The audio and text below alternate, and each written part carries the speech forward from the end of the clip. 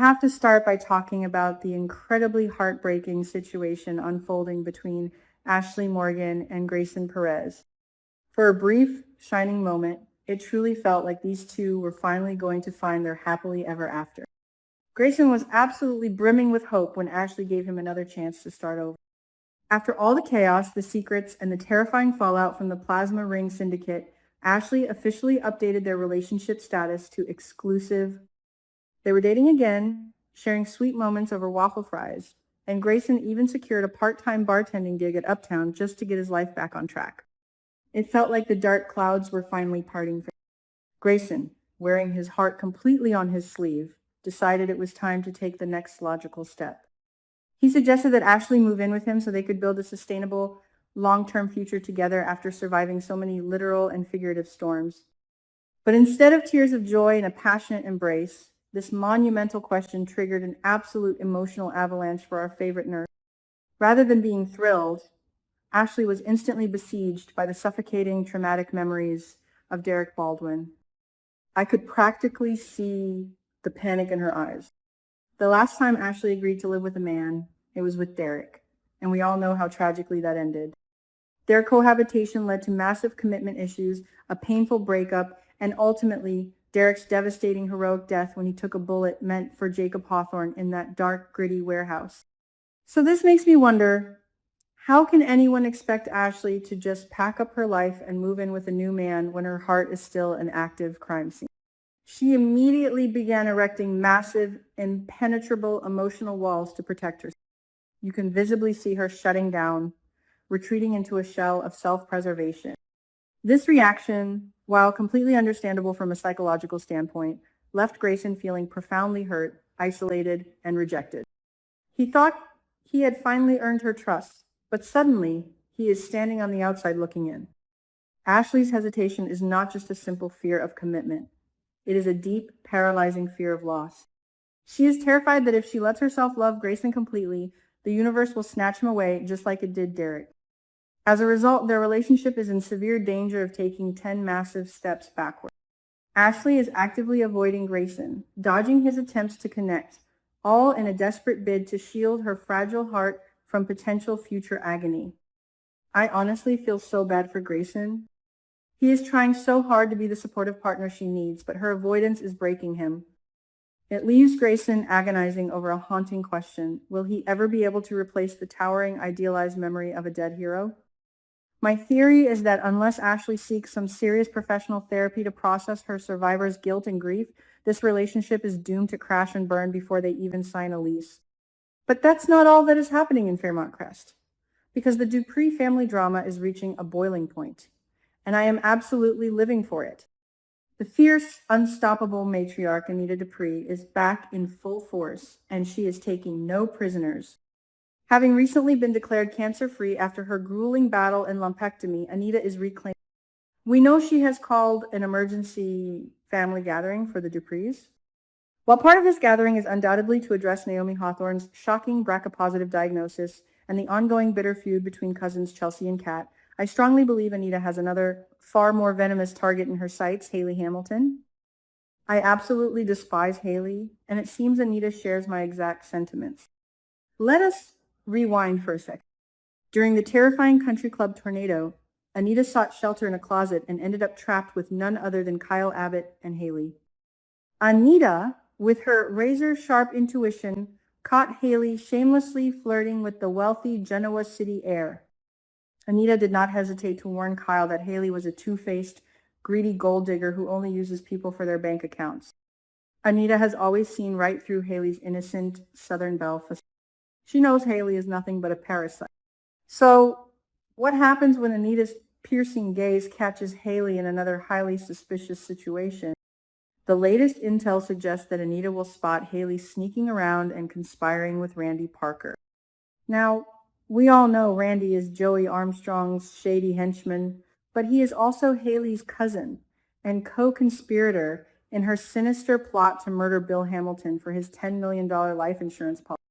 If Anita catches these two whispering in the shadows, passing secretive glances, and looking guilty, all of her alarm bells are going to ring simultaneously. My theory is that Anita will not just stand by and watch.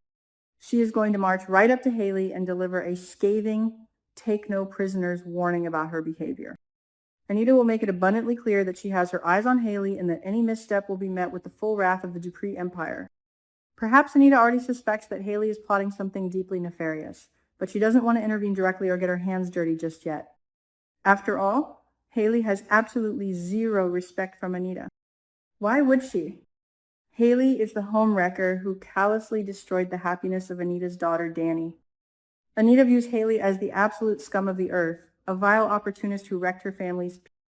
But Anita's protective instincts won't stop at merely threatening Hayley.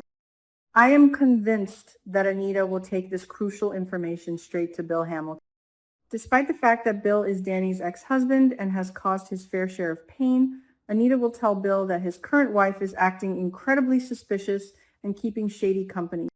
She will lay out the facts, telling him about Hayley's secretive meetings with Randy and her blatant flirting with Kyle Abbott.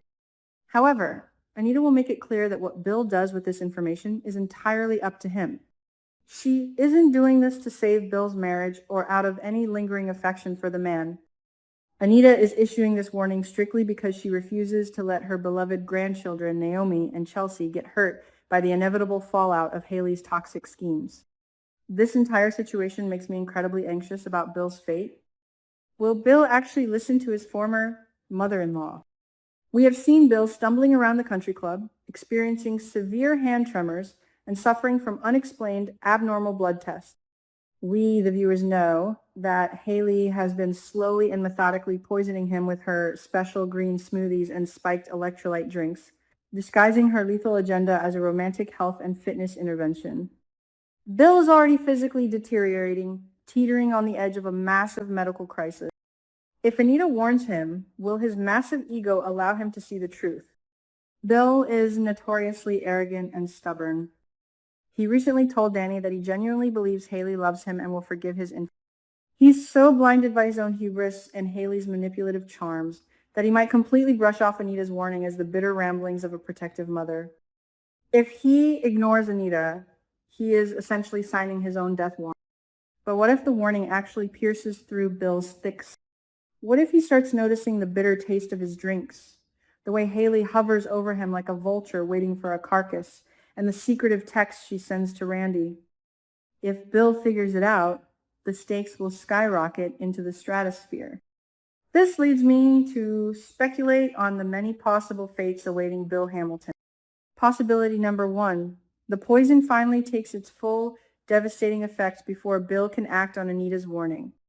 He collapses, suffers a massive, catastrophic stroke, and dies, leaving Hayley to fake her tears and collect the $10 million payout, while Danny and the girls are left shattered. Possibility number 2, Bill suffers the stroke but survives, leaving him completely paralyzed and unable to speak. He would be trapped in his own body, fully aware that his wife tried to murder him, while Hayley plays the role of the devoted, tragic caretaker, keeping him a prisoner in his own home. This would be the ultimate, horrifying soap opera poetic justice for his past sins, but it would be absolute torture to watch. Possibility number 3, and this is the one I am desperately rooting for. Bill realizes Hayley is poisoning him, fakes his own symptoms to gather undeniable proof, and turns the tables on her. Imagine the sheer, unadulterated drama of Bill partnering with Danny and Anita to trap Hayley and Randy in their own lethal web, sending them both to a federal penitentiary for attempted murder.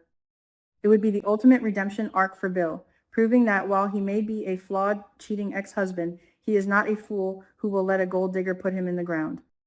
The psychological warfare happening in Fairmont Crest right now is simply unparalleled.